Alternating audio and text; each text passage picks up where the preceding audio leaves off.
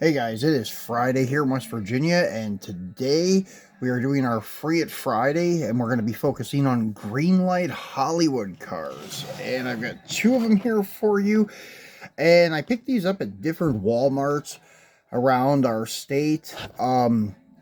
Because my Walmart gets absolutely nothing new with the Greenlight Hollywood series.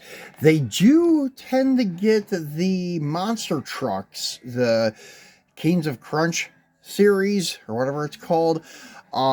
They get that quite often. I guess, I don't know, in this part they sell good or something.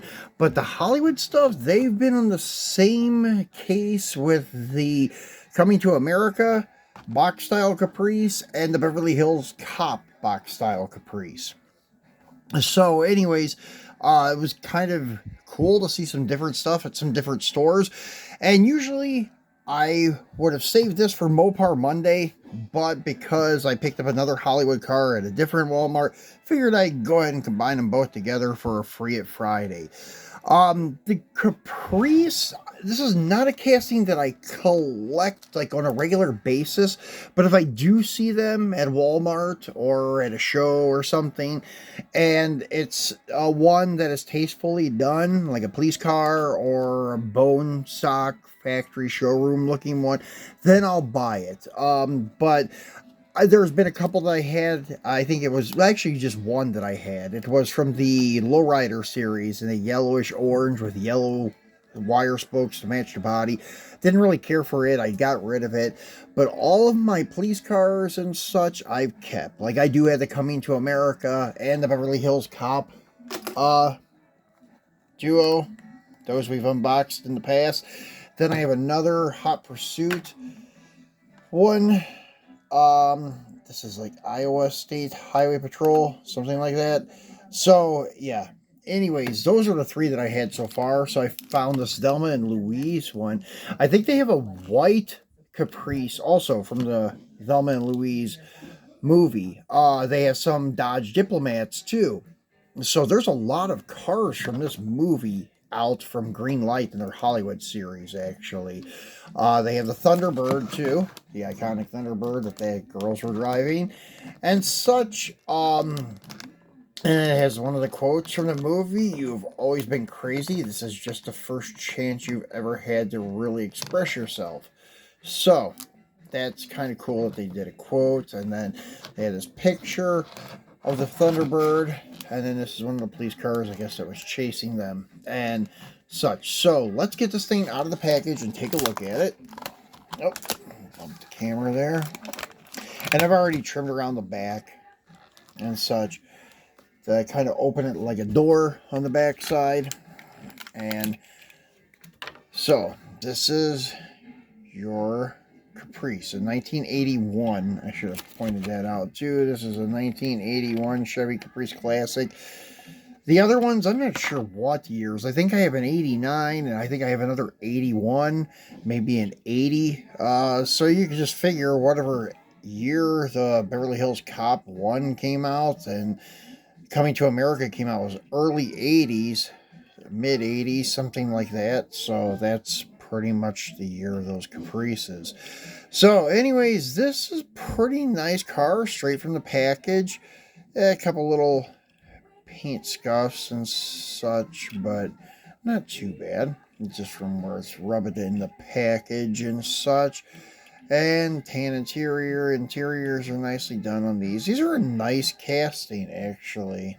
And then if you compare them, like, side by side, you can see the differences in grills and headlights and such things like that, and tail lights.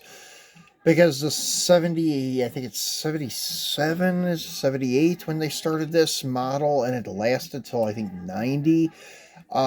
So anyways, yeah, you can see the slight subtle differences between them if you set them next to each other. So Greenlight did a nice job on them, actually. So glad to add this one to my box style Caprice collection. And then we have a Mopar. Not a Dodge, it's a Plymouth, but it will go in my Mopar collection because this is the first like nicely done stock Mopar from like Greenlight that I've seen in a while. And then I always pick them up if it's a Dodge or a Plymouth, if it's by Greenlight or M2 or Auto World. If it's a Mopar and it's stock looking, I pick it up. Plymouth, Dodge, Chrysler, whatever it may be. So this was a must-have for me when I seen it. It is the Graveyard Carz American Mopar Muscle, back from the dead. This is a 1970 Plymouth AAR Cuda. Pretty nice casting from Greenlight, and then it has the cast of Graveyard Carz and a pic of the actual car. So that's kind of cool. And then I've got it cut where we can take it out already. And this will kind of go in our stack of Mopars and little PVC brick rods. These things here. It will go behind the dealership because I ran out of room in my parking lot and showroom and things like that. So, not a bad looking car. The downsides of these castings from Greenlight is that the tires were a little bit too fat. So the track is a little narrow looking because of the big fat wide tires. But from the profile side shot, they look pretty good. The rally wheels are very nicely detailed. Their Mopar rallies are very nice. Overall casting and the details, they got the AAR hood right. Nice with the window louvers, the go wing, side exit exhaust. So they got the base right too. So nicely done. One thing with Greenlight that they do to save money, and I don't blame them, Auto World does the same thing, but Auto World does a little bit better job on the lines than Greenlight does, is that they will cast a casting with no roof if they're going to make a convertible model of it.